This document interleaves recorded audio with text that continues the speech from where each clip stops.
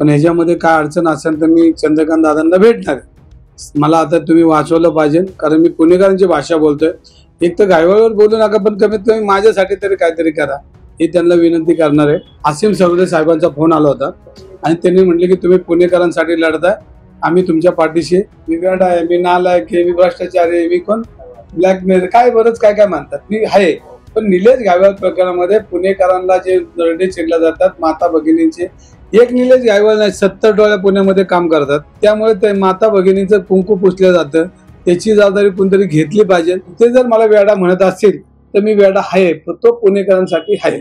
समीर पाटील यांच्यावर आरोप केल्यानंतर तुमच्यावर 50 कोटींचा दावा दाखल करण्यात आलाय, काय सांगता? मी ह्याच्यामध्ये मला नोटीस आलेली आहे, एक सोडून 2 नोटीस आले, त्यात काही इंग्रजी लिहिले काही मराठी लिहिले। हे मी वकिलांकडे जाणार आहे आणि वकिलांकडे जाऊन मी बऱ्यापैकी माहिती घेणार आहे।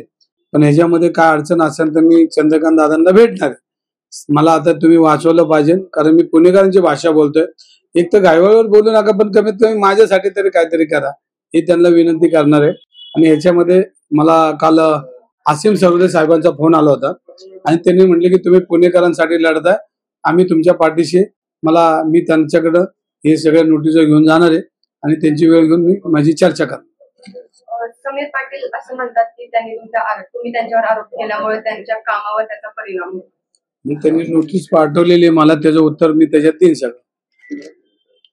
भाजपचे पदाधिकारी तुमच्यावर आरोप करतायत, तुमच्यावर तुमचं मानसिक संतुलन बिघडले असं म्हटलं जातं। त्यांनी म्हणलं पाहिजे, कारण शेवटी मी सांगितलं मी वेडा आहे, मी नालायक आहे, मी भ्रष्टाचारी आहे, मी कोण ब्लॅकमेल काय बरंच काय काय म्हणतात, मी आहे।